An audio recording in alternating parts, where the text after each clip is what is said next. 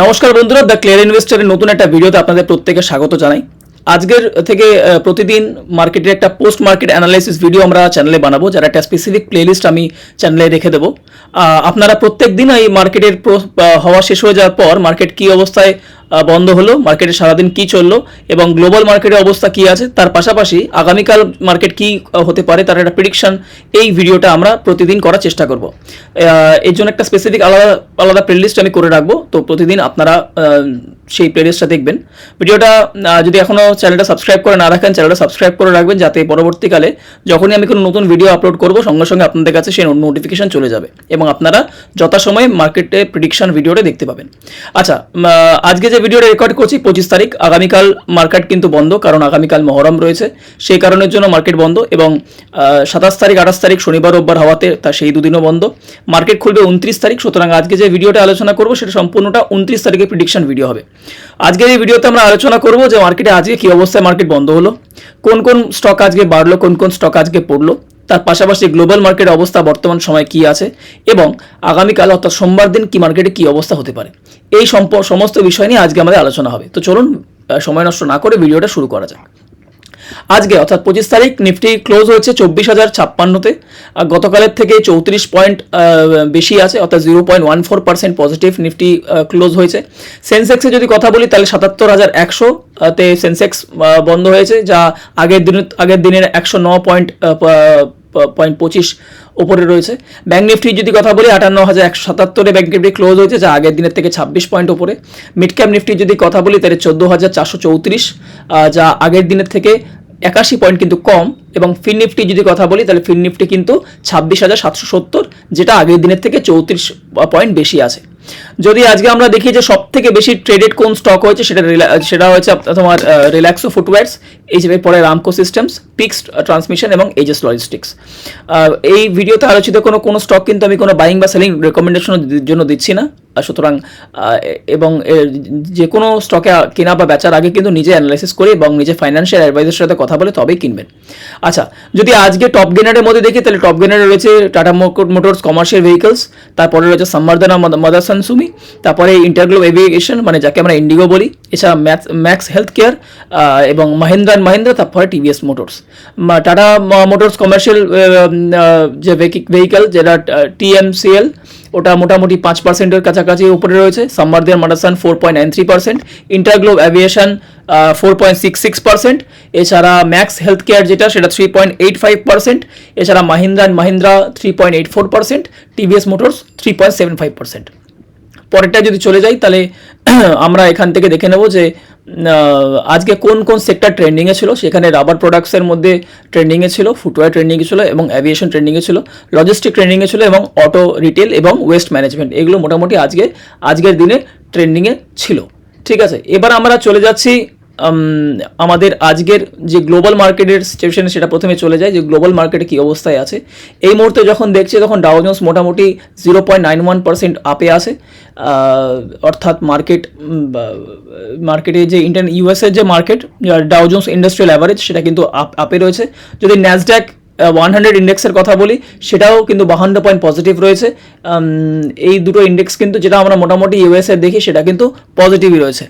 ঠিক আছে, আচ্ছা, এবার আমরা যে জিনিসটা নিয়ে সব থেকে বেশি আলোচনা করা দরকার সেটা হচ্ছে যে আজকে আমরা যে মার্কেট দেখলাম 24,056-তে ক্লোজিং হয়েছে, সেই মার্কেট 24,056-তে ক্লোজিং হওয়ার পর আগামীকালের জন্য কি হতে পারে। সব থেকে বড় অ্যানালাইসিস যদি করতে লাগে, ভালো অ্যানালাইসিস যদি করতে লাগে, সেটা কিন্তু সবসময় বেটার হয় যে কেউ যদি একটু লং টাইম ফ্রেমে দেখে, তাহলে সেখানে একটা সাপোর্ট এবং রেজিস্ট্যান্স লেভেল সম্পর্কে ভালো আইডিয়া পাওয়া যায়।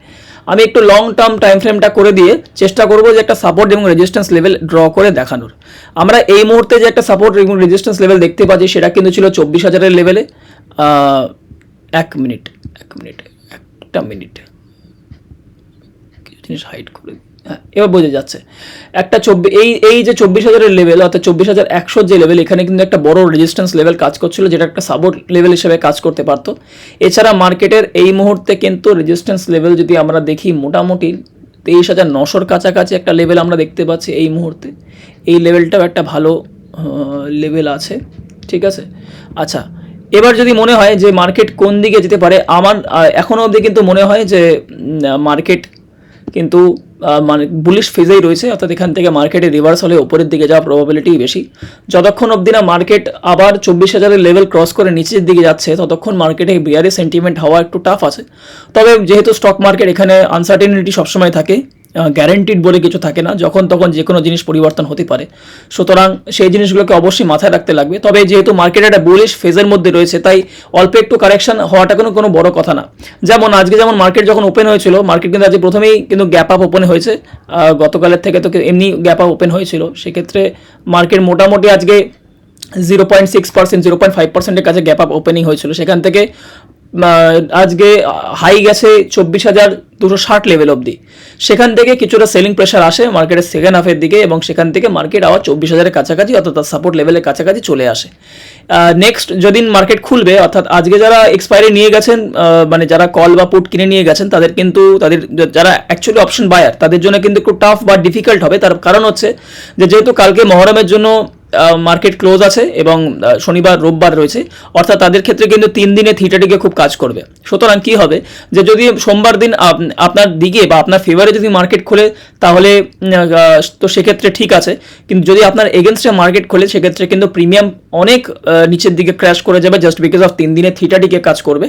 এবং তার পাশাপাশি আপনাকে আরেকটা কথা মাথায় রাখতে লাগবে যে মার্কেট যদি সোমবার দিন খোলেও, সেক্ষেত্রে কিন্তু একটা বড় গ্যাপ আপ না হলে কিন্তু আপনার প্রফিট হওয়ার প্রবাবিলিটি কমে যাবে, কারণ অলরেডি 3 দিনের একটা থিটাটিকে কাজ করছে, বুঝতেই পারছেন। সুতরাং 3 দিনের থিটাটিকে রিকভার করার জন্য কিন্তু একটা বড় মুভের প্রয়োজন আছে। যদি মার্কেট বড় মুভ না দেয়, সেক্ষেত্রে কিন্তু আপনার দিকে মার্কেট থাকলেও খুব একটা বড় প্রফিট হওয়ার প্রবাবিলিটি কম হয়ে যাবে, সেটা কিন্তু আপনাদেরকে মাথায় রাখতে হবে। এবং এই কথাটা এই কারণেই বলার, যাতে ভবিষ্যতে যখনই আপনারা ট্রেড নেবেন, সেক্ষেত্রে যাতে এই ধরনের গন্ডগোল বা এই ধরনের ভুলগুলো করার আগে বা এই ধরনের জিনিস করার আগে আপনাদের মাথায় যেন এই বিষয়টা থাকে যে আমি আজকে পজিশন ক্যারি ফরওয়ার্ড করে যাচ্ছি, তারপরে কিন্তু আগামী 3 দিন মার্কেট বন্ধ থাকবে, অর্থাৎ আমার ফেভারে মার্কেট গেলে তো ঠিক আছে, যদি আমার ফেভারে মার্কেট না যায়, সেক্ষেত্রে কিন্তু একটা বড় প্রিমিয়াম লস দেখা যেতে পারে। তো এই মুহূর্তে যদি মনে হয় যে মার্কেট কোন দিকে ওপরের দিকে যেতে পারে, সুতরাং মার্কেট একটা বড় রেজিস্ট্যান্স লেভেল যেটা আমরা দেখতে পাচ্ছি, সেটা প্রায় ওই 24,200-র কাছাকাছি, সেটা একটা বড় রেজিস্ট্যান্স লেভেল মার্কেটের কাছে রয়েছে। এই রেজিস্ট্যান্স লেভেলটাকে মার্কেটকে ব্রেক করতে হবে। তবে নিচের দিকে আমার ব্যক্তিগতভাবে মনে হয় যে যতক্ষণ না 24,000-এর লেভেল ক্রস করে নিচে আসছে, ততক্ষণ বিয়ারিশ সেন্টিমেন্ট একটু কম আছে। আমরা এটাকে আরও ভালো বোঝার জন্য আমরা একবার অপশন চেনের দিকে চলে যাব, যাতে আমরা অপশন চেনের ডিটেলস দেখে খুব পরিষ্কার বুঝে যাই যে এই মুহূর্তে নিফটিতে কি আছে। আমরা ডাইরেক্ট এনএসসি অফিসিয়াল ওয়েবসাইটে চলে গিয়ে অপশন চেনটাকে আজকে দেখে নেবো যে আজকে অপশন চেন, অর্থাৎ যেদিন এক্সপায়ারি তারা অপশন চেন কি বলছে। এক্সপায়ারি ডেট যেটা আমরা আলোচনা করছি, সেটা 30শে জুন 2026-এর আলোচনা করছি। আজকে মার্কেট ক্লোজ হয়েছে 24,000-এর লেভেলে, অর্থাৎ আজকে এখন কিন্তু বর্তমানে অ্যাট দ্য মানি 24,050-এর লেভেলটা, বা 24,000 এটা 50 লেভেলটাকে আপনি অ্যাট দ্য মানি বলতে পারবেন। সুতরাং যদি আমরা অপশন চেন দেখি যে অপশন চেনে কি হয়ে অবস্থা কি হয়ে আছে, তাহলে 24,100-তে কিন্তু আছে 1,20,399 ওয়াই, অর্থাৎ ওপেন ইন্টারেস্ট, যেগুলো ওপেন কন্ট্রাক্ট এখনও খোলা আছে। এবং যদি আমরা দেখি যে সাপোর্ট লেভেল কোথায় হতে পারে কল সাইডের ক্ষেত্রে, এই মুহূর্তে কিন্তু সব থেকে বেশিতে আছে, দেখতে পাচ্ছেন 24,200, 1,58,356। এর থেকে ওপরে আছে কিন্তু 24,500, 1,81,000। তার মানে আমাদের কাছে কল সাইডে মানে মার্কেট কতদূর ওপরে যেতে পারে, যদি এটা ক্লিয়ার করা যায়, খুব পরিষ্কার বোঝা যাচ্ছে যে এই মুহূর্তে কিন্তু 24,200 লেভেলটা প্রচণ্ড ইম্পর্টেন্ট একটা লেভেল, যেটা মার্কেট একটা রেজিস্ট্যান্স হিসেবে মার্কেটের কাছে কাজ করবে। তাছাড়াও তার যদি কোনো কারণে 24,200 ক্রস করে যায়, তাহলে কিন্তু মার্কেটের কাছে বড় একটা রেজিস্ট্যান্স লেভেল আপকামিং সপ্তাহের জন্য 24,500 রয়েছে। যদি নিচের দিকে আমরা আলোচনা করি নিচের দিকে কি হতে পারে, তাহলে এখন এই মুহূর্তে আমরা একটু আগে আলোচনা করছিলাম চার্টে যে 24,000 লেভেল কিন্তু বড় একটা সাপোর্ট লেভেল। এই কারণে দেখতেই পাচ্ছেন 24,000 লেভেলে 1,92,980 ওপেন ইন্টারেস্ট এখনো অবধি ওপেন আছে। তার মানে 24,000-এর লেভেলটা কিন্তু মার্কেটের কাছে একটা বড় রেজিস্ট্যান্স লেভেল হিসেবে কাজ করবে। যদি ইনকেস 24,000 লেভেল যদি ব্রেক করে যায়, তাহলে তারপর নেক্সট সাপোর্ট লেভেলের কাছে আমাদের কাছে 23,800 আসছে, 1,11,000, এবং তারপরে আসে 23,600, যেটা 1,01,000। তবে এই দুটোর থেকে, অর্থাৎ 23,800 এবং 23,600, এই দুটো লেভেলের থেকেও কিন্তু 23,500 লেভেল যে সব থেকে বড় কিন্তু সাপোর্ট লেভেল হিসেবে কাজ করবে ইনকেস যদি ডাউন সাইড মার্কেট যায়। কারণ এখানে 23,500-তে 1,68,564টা ওপেন ইন্টারেস্ট কিন্তু খোলা রয়েছে, এটা মাথায় রাখতে হবে। সুতরাং এই ডিটেলসগুলো আপনাদের কাজে লাগবে সোমবার দিনে মার্কেট ট্রেড করার জন্য। সোমবার দিন মার্কেট গ্যাপ আপ ওপেন হবে না গ্যাপ ডাউন ওপেন হবে, এটা আপনার কি মনে হয় অবশ্যই কমেন্টে জানাবেন। অ্যানালাইসিসটা আপনার কি মনে হলো? আপনি কি অ্যানালাইসিসের সঙ্গে একমত, নাকি আপনার অন্য কোনো আপনি অ্যানালাইসিস আপনার মনে হয় সেটা কমেন্টে অবশ্যই জানাবেন, আমি জানতে আগ্রহী। ভিডিওটা ভালো লাগলে অবশ্যই লাইক করবেন, চ্যানেলটা সাবস্ক্রাইব করা না থাকলে চ্যানেলটা সাবস্ক্রাইব করে রাখবেন, যাতে আপনি এই চ্যানেলটাকে হারিয়ে না ফেলেন, এবং আপনার মূল্যবান মতামতটা কমেন্টে জানাতে কিন্তু ভুলবেন না। আপনাদের সঙ্গে দেখা হচ্ছে পরের দিন নতুন একটা ভিডিওতে, নতুন একটা বিষয় নিয়ে। ততদিন সুস্থ থাকবেন, ভালো থাকবেন এবং করতে থাকবেন investing. Thank you so much.